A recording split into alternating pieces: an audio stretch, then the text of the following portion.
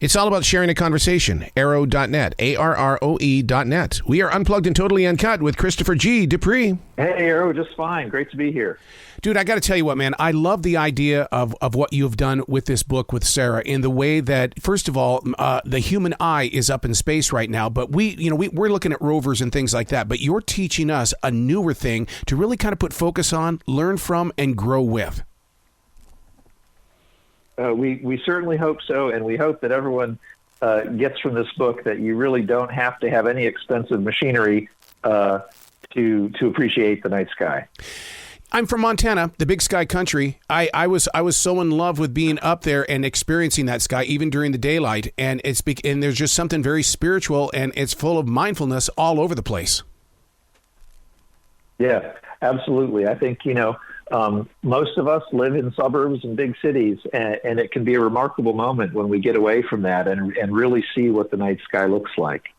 The name of the book is Astronomical Mindfulness, teaching the human mind to really start making a connection with the things that are around us. I truly believe in mindfulness. I live the life of somebody that is all, being grateful of all things. So for you to put this book forward, for the listener, what are they going to learn from it? Yeah, I hope a couple of things, but fundamentally, I hope what people take away from the book is that an understanding of the sky and of the motions of things in the sky is open to everybody. You don't need to take any sort of special class or have a particular degree. Mm-hmm. All you have to have is an open mind and a little bit of time. You don't need any special equipment.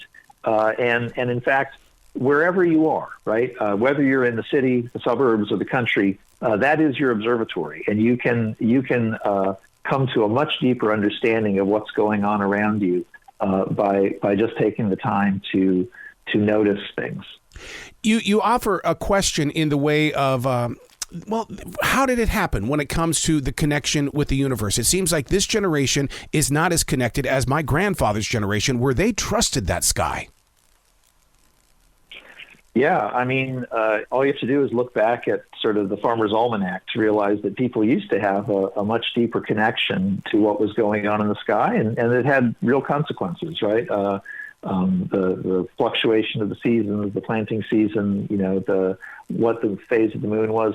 All these things were things that people inherently knew, and that's sort of what we try to get at in that subtitle of saying reconnecting, right? Because all of the things that we talk about, or most of the things we talk about in the book, are things that humans as a species have known well for a long time, and lately we've fallen away from that a little bit. So that's one of the goals of the book, and one of the hopes of the book is that reconnection to things that we all used to know better.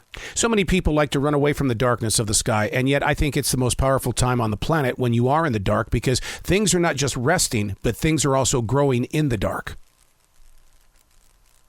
Yeah, I think, and the nighttime sky and the daytime sky, right? I mean, one of the things that often people are surprised about is, if you ask someone who hasn't thought about it much, can you see the moon during the daytime? They might say, well, no, you see the moon at night. No. And that's true. You do see the moon at night. But if you look closely, you can see the moon during the day, Absolutely. Too. It just depends on where the moon is in its orbit around the sun, around the Earth. I am so addicted to sunlight in the way that I've always got to be within that energy. And so going through mindfulness and stuff like that and growing older in life, I'm trying to find that same energy when there are shadows, basically, or when night has fallen. And this book really opens up your eyes to kind of just put a presence in your place of now. Yeah, I think that, there are several times in the book where Sarah and I talk about, lying outside in the sunlight, if it's not midwinter and you can actually, do that comfortably, and just experiencing the warmth of those photons coming from the sun and hitting your skin and radiating away. It's an amazing thought that there's this nuclear furnace, located at the center of our planetary system, shedding photons that zip through space. It takes them 8.5 minutes to get here, and they literally are hitting your body. I mean, you are connected, right? You are 8.5 minutes of separation from the surface of the sun when you feel warm out in the sunlight. The book we're talking about is Astronomical Mindfulness. Now, some people, when they hear mindfulness, they think of a spiritual journey, and yet your guys' background is so filled with science. It's almost like a connection here, an agreement that, hey, they go hand in hand. Yeah, and I think the point of mindfulness is truly, one of the fundamental definitions of mindfulness is simply being present in the moment, right? Whatever it is you're doing, if you're having a cup of tea, if you're washing the dishes, or if you're, looking at the moon in the night sky, to be fully present in that moment can help you really connect with being alive, right? And we face such a barrage of distractions as humans right now that moment of being present in the current moment can be very powerful because it's so different than what we usually experience these days.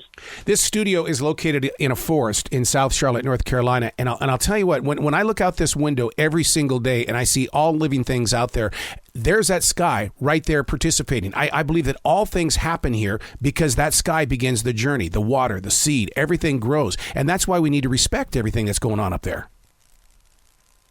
Absolutely. And the annual motions of the sun along the western horizon at sunset, that's a cycle that humans have known about for, probably hundreds of thousands of years, right? It's a repeating motion that if you look for it, then it's really easy to see. And, it's almost like magic in a sense that if you're willing to look carefully, that you can actually notice these things. One of the things, I'm going to ask kind of a listener type question in the way that, we would all like to have one more hour in the day, a 25th hour. How much would we screw things up? I mean, on your side of the world of science, that would really kind of screw things up a bit, wouldn't it? Yeah. Well, here's an interesting little fact, which is that, the current best model for the formation of the moon is that Earth, early in its history, suffered a major collision with another planetary object, and the debris of that collision formed both the surface of the Earth and the moon. And what's been happening since that event is that the moon has been moving further away, and the Earth has been slowing in its rotation. So we think that at the moment that collision occurred, the Earth was, rotating maybe every 6 hours. So you've actually gotten your wish. We've gone from having 6 hours in a day to having 24 hours. Wow. We're rotating a lot more slowly. And over time, in fact, we will continue. As the moon continues to sort of move away, there's an exchange of angular momentum. The moon is further out and the Earth slows down. And the end state of that, far in the distant future, is that the moon will just get geostationary above one point on Earth, and the rotation of the moon and the rotation of the Earth will be at the same rate.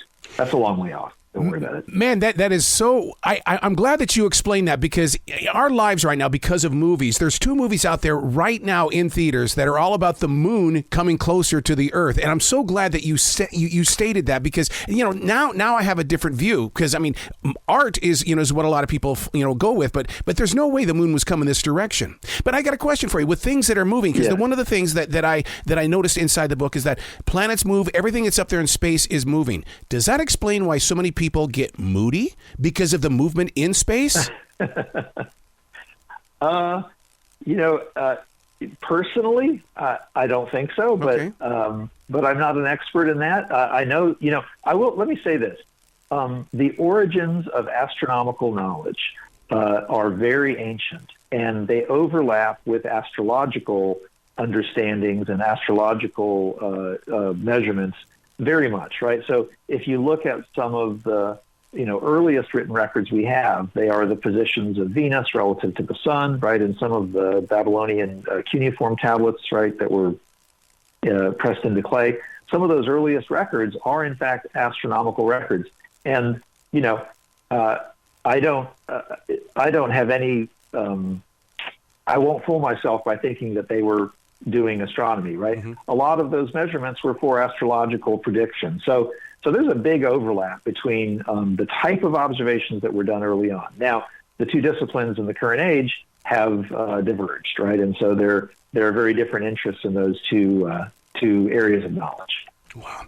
You've got to come back to this show anytime in the future, Christopher, because the door is always going to be open for you, and you have got a lot of things to share with the listeners. I would love to, Arrow, anytime. Just let me know. Excellent. Well, you be brilliant today, okay, sir? Thank you so much. This was a lot of fun talking to you. Great questions.